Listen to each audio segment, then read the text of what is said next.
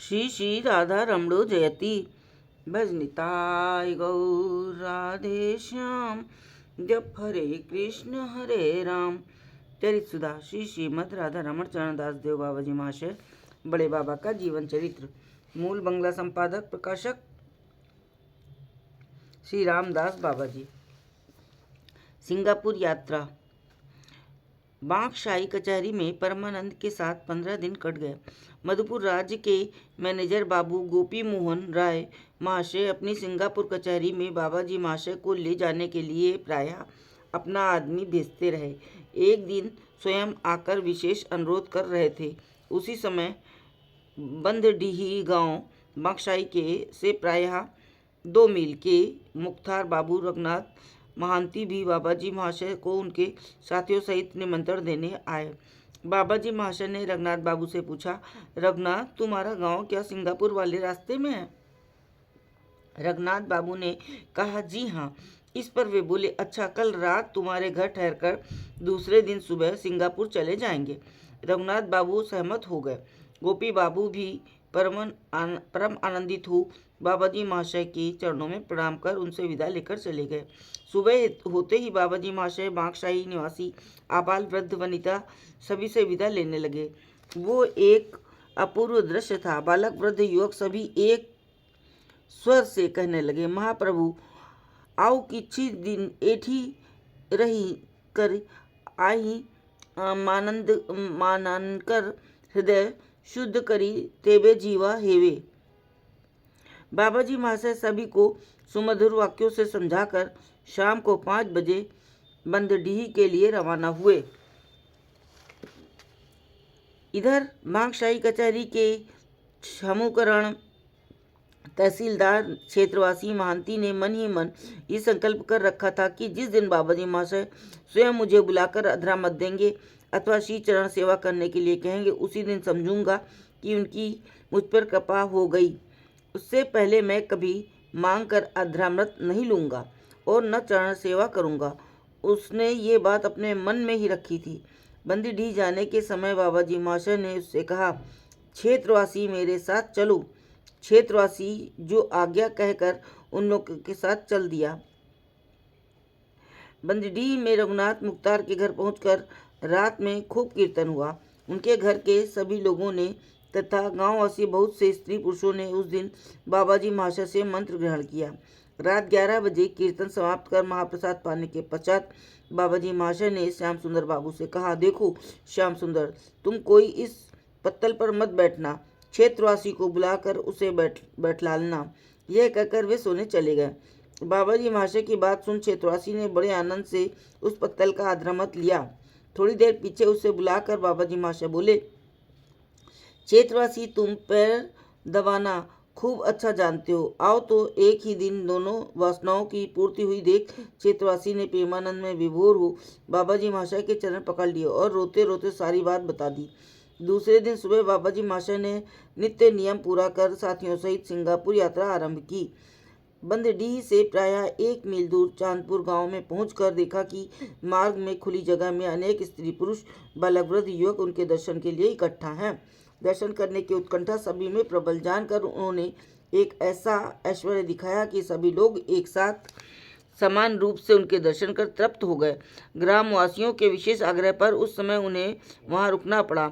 इधर मधुपुर राजा की मैनेजर बाबू गोपी मोहन राय ने अपने कचहरी घर से प्रायः 1 कोस दूर तक का रास्ता अद्भुत ढंग से सुसज्जित करा रखा था।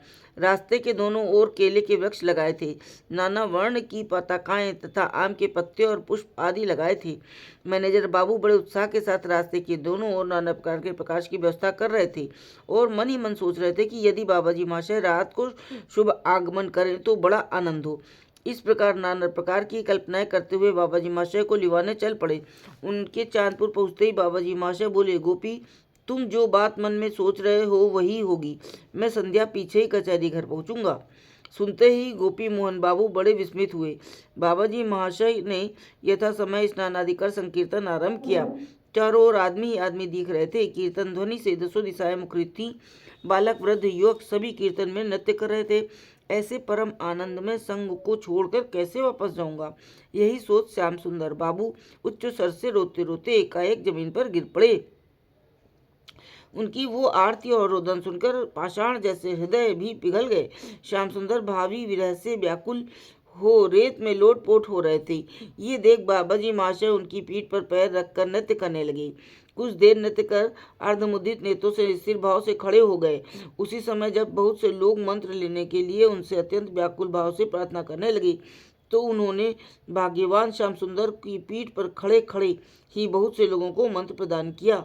समय अधिक हुआ देख भक्त लोगों ने महाप्रसाद पाने के लिए नाना प्रकार से अनुरोध किया, तो आपने कीर्तन समाप्त किया और महाप्रसाद लेकर थोड़ा विश्राम किया। प्रायः 4 बजे चांदपुर से सिंगापुर कचहरी के लिए प्रस्थान किया। श्याम सुंदर बाबू आदि कुछ लोग बाबाजी महाशय का अप्राकृत आनंदमय संग छोड़ घर लौट जाने के लिए अनिच्छुक थे। बाबाजी महाशय ने नाना प्रकार के मधुर वचनों से उन्हें सांत्वना देकर घर भेज दिया। संध्या पीछे बाकी सब लोग सिंगापुर कचहरी जा पहुंचे। परम प्रेमी गोपी बाबू के आदर सत्कार से सभी तृप्त हुए। बाबाजी महाशय ने कीर्तन करते करते कचहरी घर में प्रवेश किया। प्रायः 2 घंटे तक वहाँ उत्तंड नृत्य कीर्तन हुआ। गोपी बाबू के यत्न और आग्रह से पास के स्थानों से बहुत से पंडित और बाबू लोग कीर्तन सुनने आए। बाबाजी महाशय के दर्शन कर और उनका कीर्तन श्रवण कर सभी परम आनंदित हुए।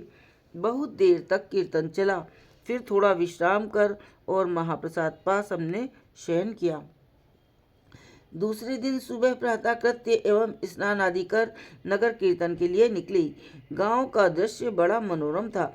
बाबाजी महाशय और उनके साथी परम आनंद पूर्वक कीर्तन करते करते नगर भ्रमण कर प्रायः 11 बजे स्थान को वापस लौटे।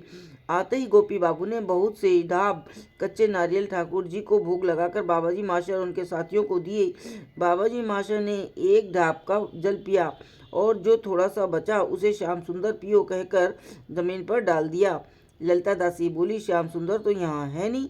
बाबाजी महाशय बोले, वो बड़ा अच्छा लड़का है, हम लोगों का साथ छोड़ने से उसे बड़ा कष्ट हुआ है, अभी तक लेटा पड़ा है। प्रभु का अधरामत ढाब का पानी पीकर स्वस्थ हो जाएगा। इधर श्याम सुंदर बाबू ने पहले ही एक व्यक्ति को बाबाजी महाशय का अधरामत लाने के लिए भेज दिया था।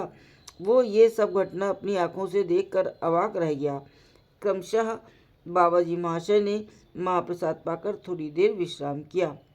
श्याम सुंदर बाबू ने जिस आदमी को भेजा था वो बाबाजी महाशय का अधरामत और उनकी चबाई हुई सुपारी लेकर बांकशाही कचहरी में उनके पास पहुंचा। इधर श्याम सुंदर बाबू कमरे में लेटे थे। एकाएक उनका मुंह ढाब के अत्यंत मीठे जल से भर गया।